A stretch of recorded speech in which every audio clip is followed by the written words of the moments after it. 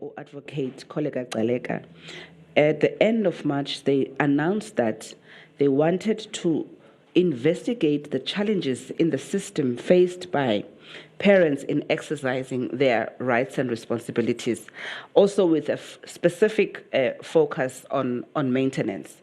Advocates, are we on the line? Good morning, Lunka. Yes, we are.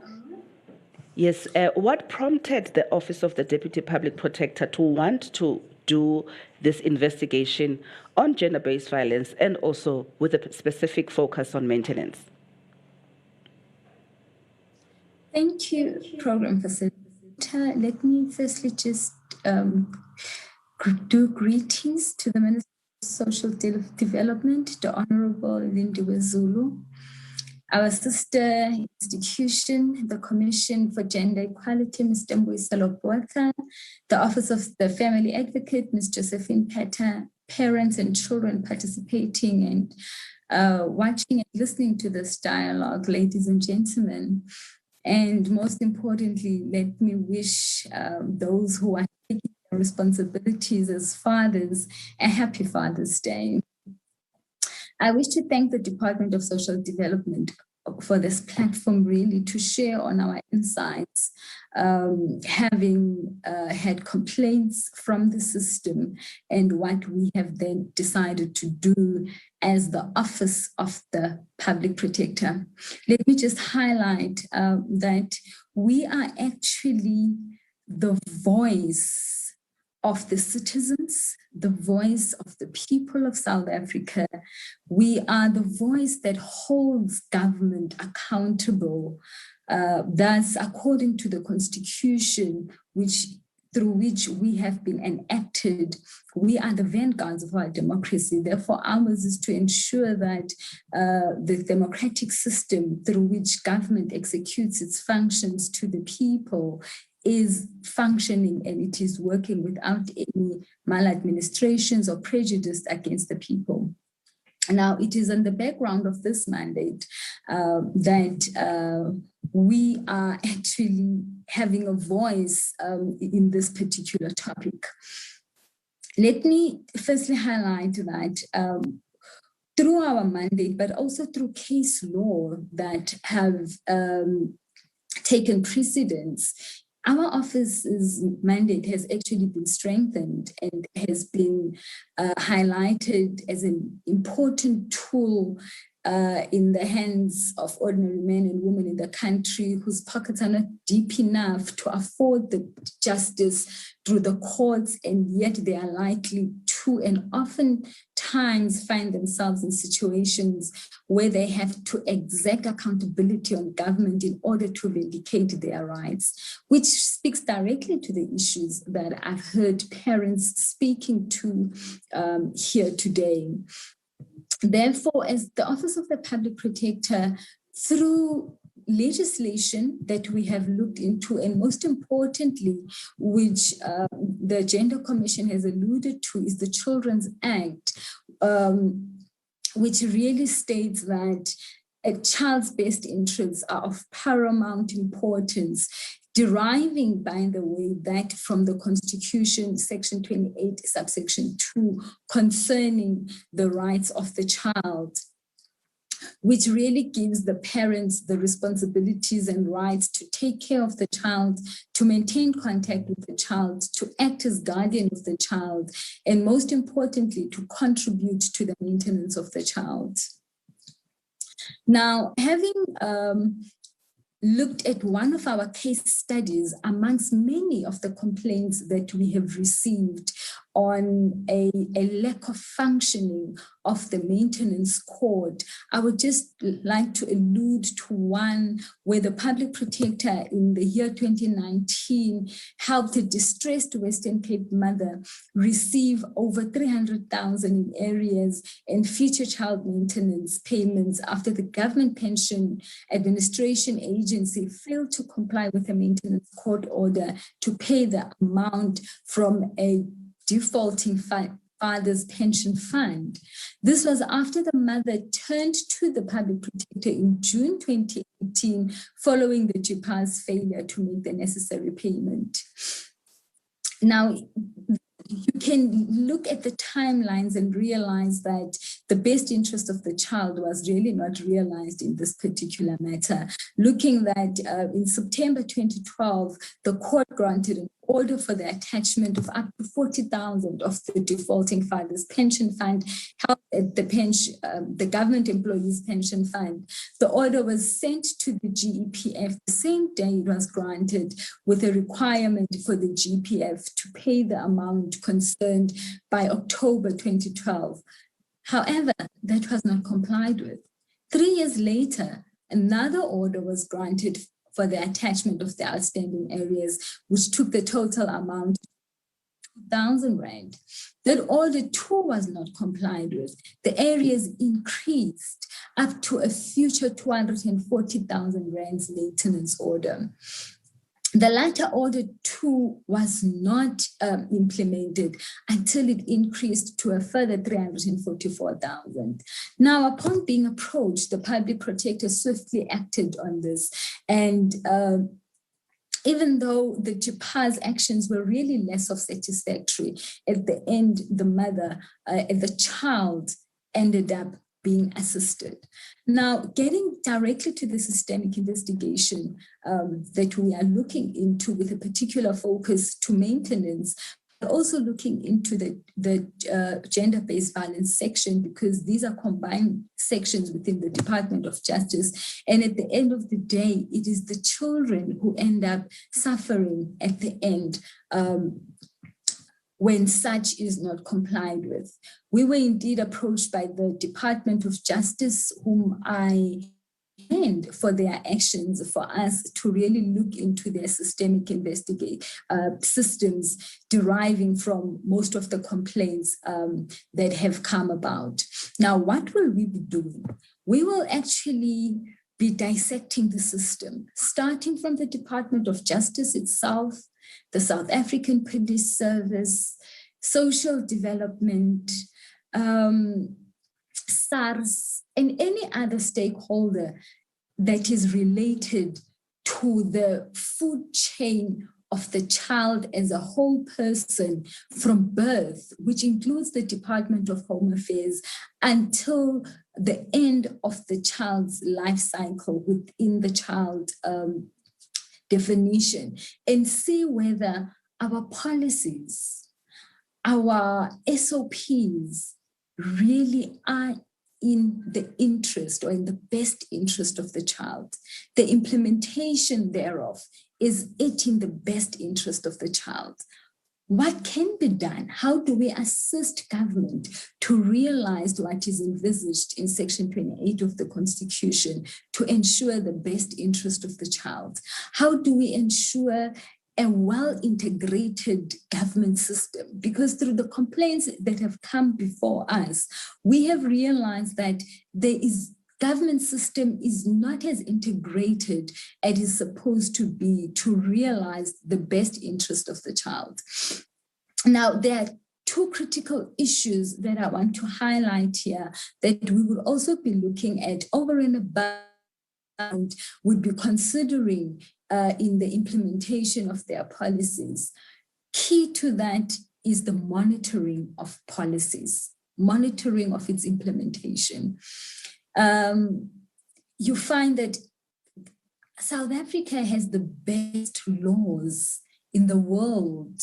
We are looked up to for even the treaties and the conventions that we sign, particularly to realize the best interest of the child. Do we realize the implementation thereof? What are our implementation mechanisms and techniques to ensure that we indeed realize the best interest of the child?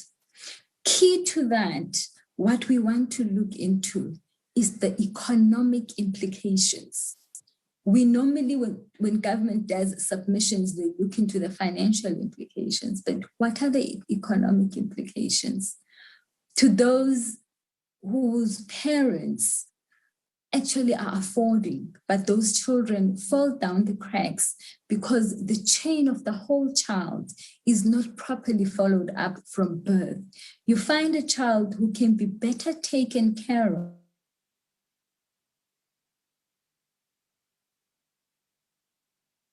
The interest of the child is not being realized. That child is being taken care of by the state, by the bare minimum. Whereas through other avenues, through other state organs, we can be able to realize the best interest of the child, such as utilizing the SARS systems, for instance, the Home Affairs systems. Who is the father of this child? What is their economic status? So these are critical issues to look into. But the other issue, which really falls down the crack, is the psychosocial implications of the legislations, the policies that we take. Everything is done, everything is put in place, but who is going to implement this? What is their state? What is their ability? What are their working conditions and environments? And that is critical for us into looking into, especially the maintenance system within the country. Is the personnel sufficiently capacitated through tools, psychosocially, to be able to implement these policies? Now, the parents who go through the system, I've heard here the parents speak about how tired they are because the system is so tedious, it's not working. What is their psychological state as they are going through the system? Are they able to go back home and be the best parents that they are to the children?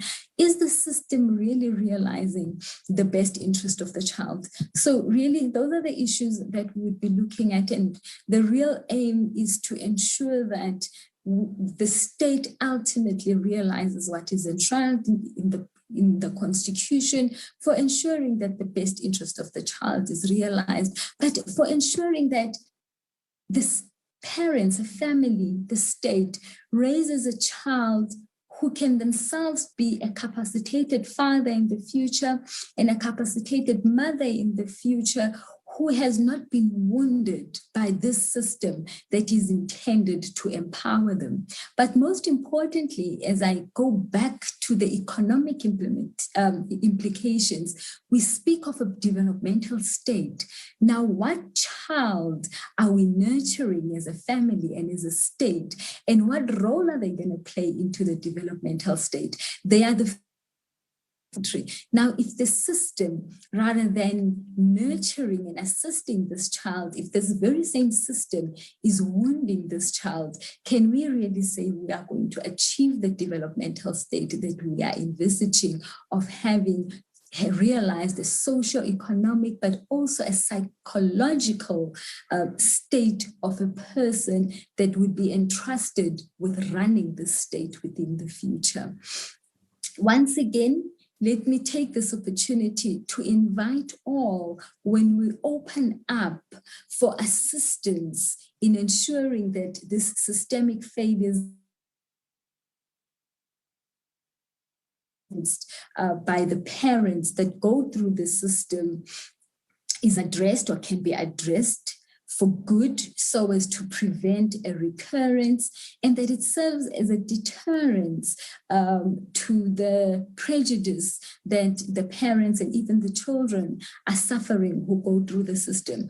What's peculiar for me, even especially during this day of Father's Day, is what is provided for in the Maintenance Act, that once a child is 18 years and over, they have to prove that they are deserving of maintenance of their parent. But on the other hand, we've got the basic education legislation, which says an entry level of a child is 7 years old. Now, that even through common sense determines that an 18-year-old is still of maintenance age, because that's where most of them are doing matric. Now, during the stressful year of matric, you are taking this child to court to have to go and stand against their own own parent and say, support me, I am deserving of you supporting me. Now, what are the psychological implications to that particular child? Do we then expect this child to pass this matric with flying colors, with all the circumstances that embedded them? These are the things that we need to think of as a society, as a state, and as government, as they continue to refurbish their laws as we move along. But once again, let me also wish all the active fathers a pleasant Father's Day. And thank you very much to the department for having deemed us as a worthy contributor to this dialogue. We are really looking forward to working with you as we embark on this critical systemic investigation in the lifespan of a whole child. Wow, that was a mouthful. Is the system wounding the very child it is supposed to have its best interest?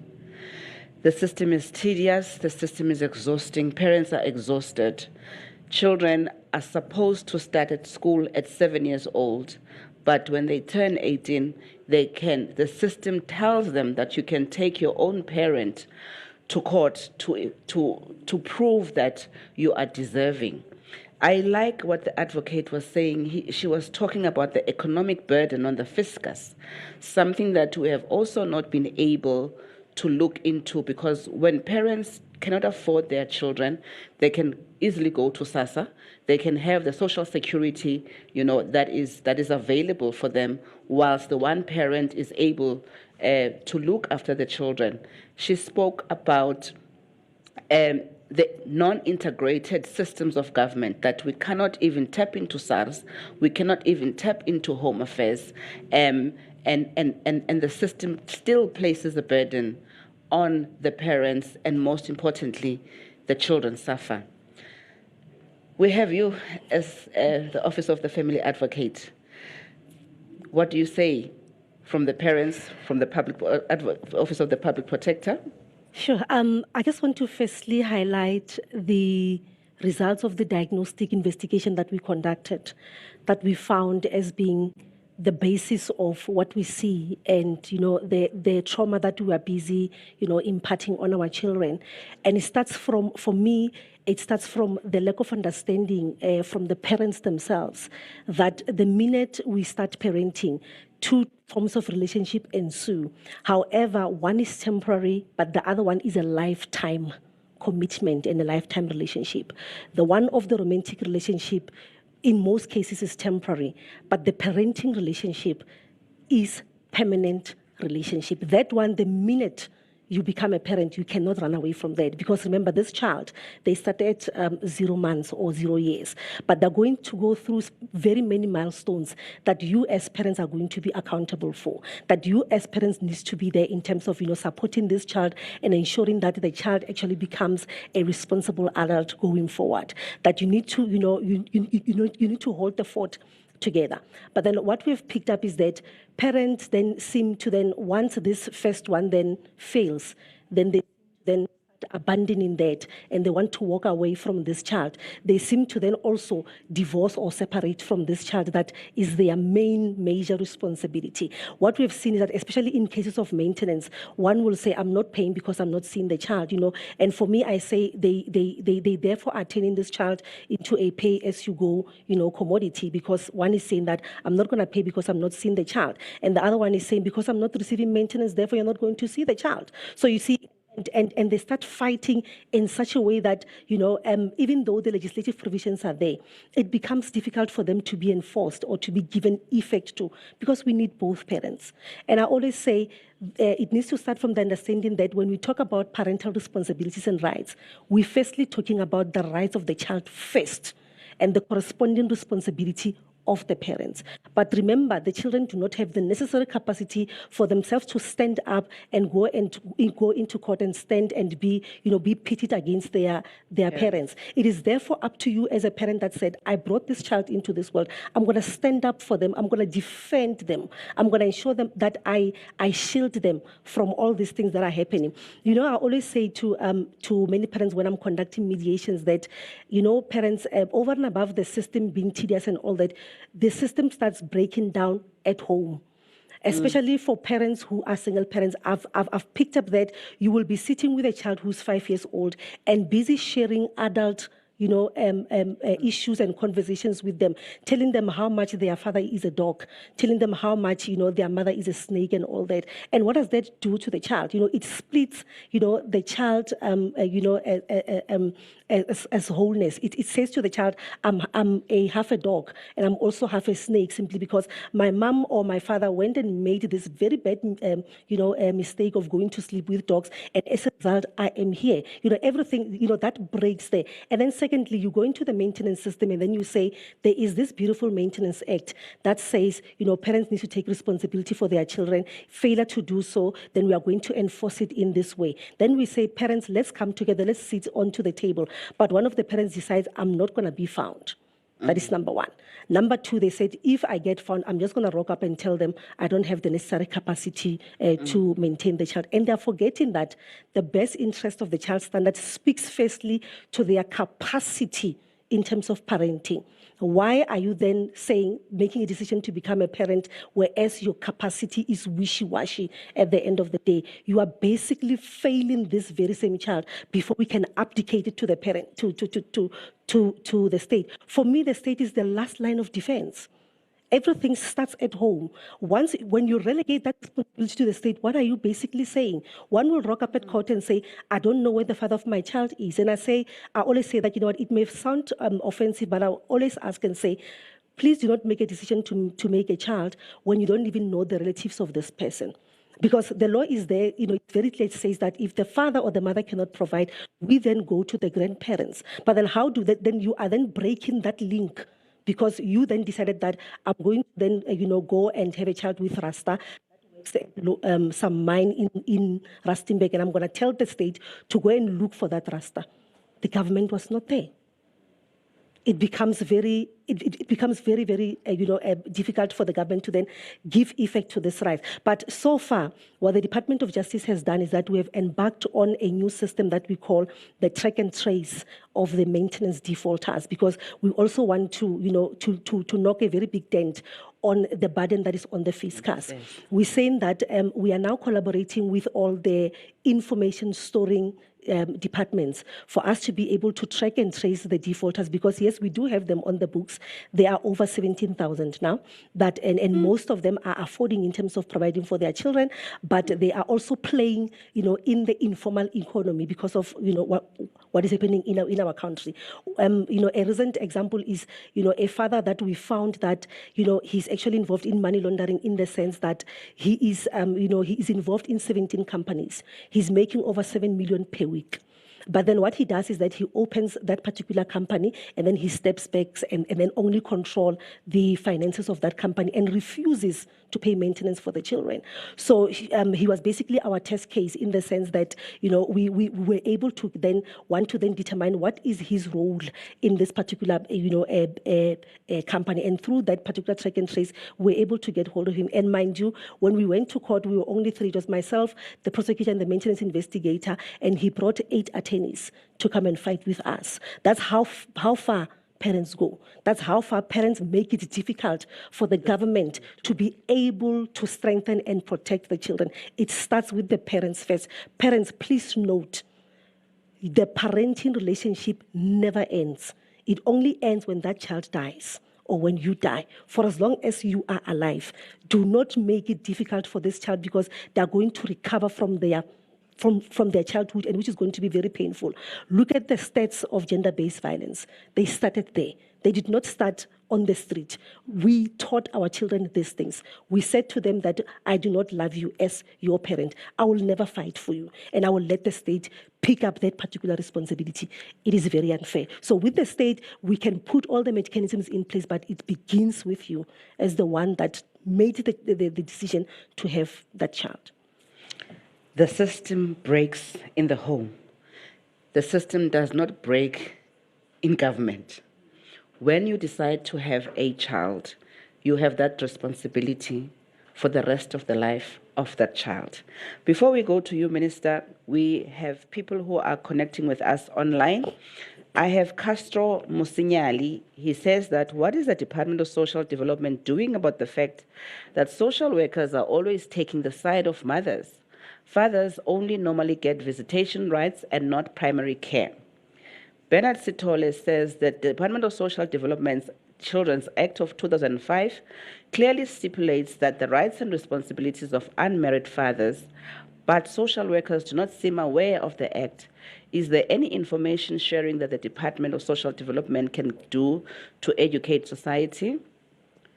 Msizi Mkwena says, what is the role of the Office of the Family Advocate in ensuring that mothers and fathers have equal rights? I am a father who stopped paying maintenance because I am denied access to my son. I see no point of paying for a child I have not seen that I have not seen in 5 years. Sebastian Ngoma says, I paid lobola for my child damages, but when my ex got remarried, she changed my son's surname to her new husband's surname, and I have been fighting against this. What are my rights? I think you've given a mouthful. That is an indication of a breaking down of a system in the home. The fact that people are changing children's surnames without the other, it means that the system has broken in the home. The fact that we are also being accused as the state of not working the system, social workers, it means that the system in the home has not been working properly. And maybe we need to make parents understand that when you decide to have a child, this relationship is not going to be broken. Minister, I'll come to you. The Office of the Public Protector was saying that the fiscus is bleeding. The fiscus needs to be taken care of. The systems are not working. We, as a Department of Social Development, are the custodians of children. And clearly from this conversation, it is the children that are suffering. Yes, let me firstly start with the Father's Day and say to all the fathers who are stepping up and ensuring that they take responsibility, whatever their conditions, whatever their circumstances. I wish to thank those fathers because those are the fathers who are helping us, firstly, as a department, secondly, as a government, in ensuring that we make it lighter for ourselves in terms of ensuring that we create a conducive environment. That's the first thing. The second thing for me is all the questions that you see coming through there indicate, and the discussions that we've been having indicate the fact that there are societal challenges that we need to deal with. True. And if we don't start with the societal challenges that we have to deal with, which do not create a conducive environment both for the mother and the father, because for me, at all times, there's two people that produce a child. Yes. And those two people that produce the child, in my view, have to be in an environment that is conducive for them in order for them to make the right decisions. And so it is important from the very discussion that started here, even the previous discussion that was here. For me, it's about how do we, with all the beautiful legislation, with all the good regulations, with all the good policies, South Africa is worldwide known for the best policies, including those of family. We have the best. In fact, South Africa has even moved beyond the normal family. We've moved into describing family in a different way in the current environment in which we face. Because family in the olden day was something else. Today, you have fathers who go and adopt and they have the children and there's no problem. You have mothers who go and adopt and have the children. You have single mothers who decide that I want to bring these children. You've got fathers who also make the same decisions. Therefore, I think we are a nation and a country that is seen to be very progressive in terms of the policies, the regulation, the acts, you can name them. However, my challenge is when all those policies are good, what is the environment under which what you, Lumga, are asking about, the breakdown of the family? What is the conducive environment? And until such time that collectively as government, we take a step back and say, the South Africa we want, what must it look like? The South Africa we want in relation to the father, because today we are celebrating Father's Day. In relation to the father, what is the South Africa that we want? What should be the environment for that father? The young man who came here who said at 17, he made somebody pregnant. Should that have happened at 17 when he is a child himself, in my view? So we need to go back and say, how do we create the conducive environment in which fathers can be fathers, mothers can be mothers? So true. But before they become that, what do we do to help them understand they do not have to do what you just said? You are saying they must make the decision whether it's the time for them to have the child or not. Because we're struggling with all the conversations we are having here.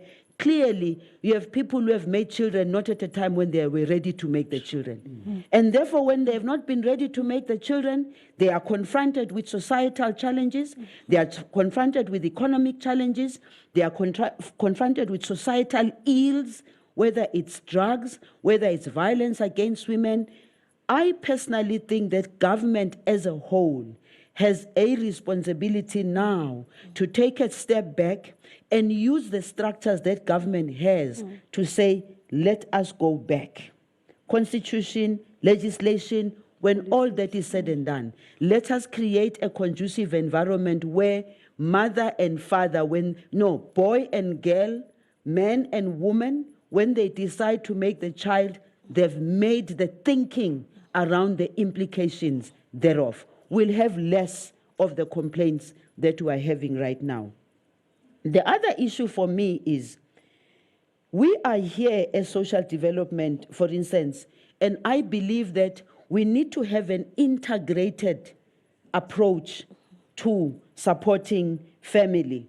We are the department that is the custodian and lead department in the case of protection of children, in the case of strengthening of families, in the case of preservation of families, but we cannot be the only ones as a department that takes that responsibility. All other departments have to take responsibility. From the time that we are born, when we talk about from cradle to grave, that value chain that we have to go through is not the value chain for the Department of Social Development alone. It's the health, it's the education, it's the human settlement, it's the economy, it's all those things.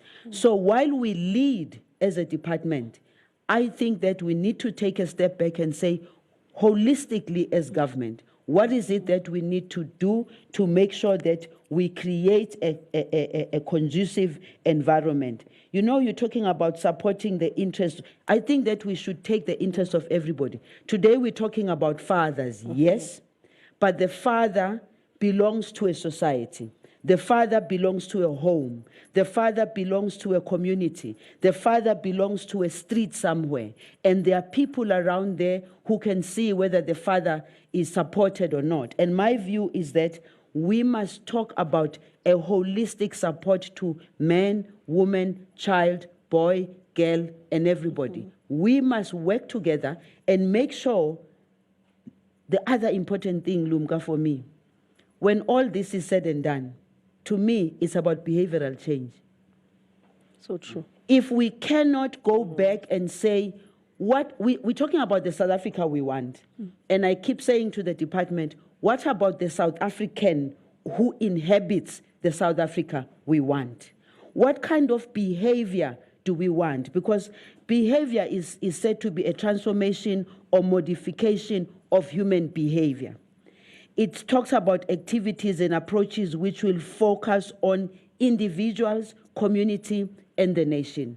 My plea to the nation right now, let us focus on behavioral change.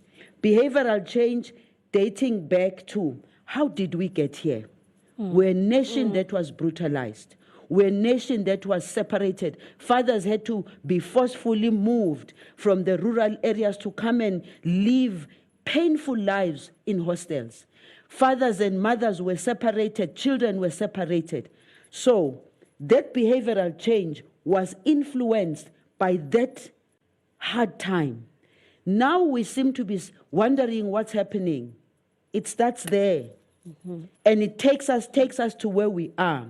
Now that we have a democracy, now that we have a constitution, now that we have structures that can help us, can we take a step back and say, how do we influence behavioral change of the current South African we have and the future South African? We need to have programs that are going to help us at community level, district development, street by street, house by house, behavioral change. So that while we regret what might have happened in the past that brought us to where we are today, we look forward to a better future because we're changing the mindset. That was a mouthful, Minister. We come from a very brutal past that separated and destroyed especially the black family. We come from a past that families were disintegrated. We are saying today that we want to make sure that our programs speak to the past that we've been through. Find solutions that are going to speak to that. While we have had legislation now, how then do we change the behavior of communities? How then do we change the behavior of families? How then do we change the behavior of parents, fathers, and mothers, so that even at the point when they decide to have children, they know what they are getting themselves into? Today is Father's Day. We decided that we will have this conversation. And to all the fathers and to all the other male South Africans who play fatherly roles, whether they are uncles, whether they are boyfriends of mothers, we want to say to you, thank you for looking after our children, and happy Father's Day.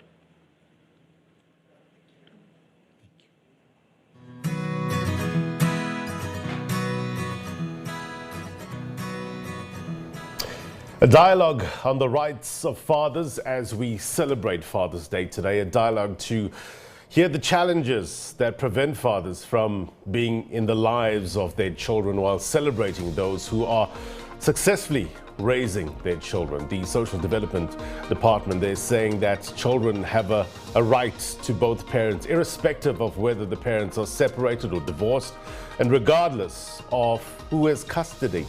Many children in South Africa grow up without the presence of their fathers, and this, in some instances, compromise their care and protection.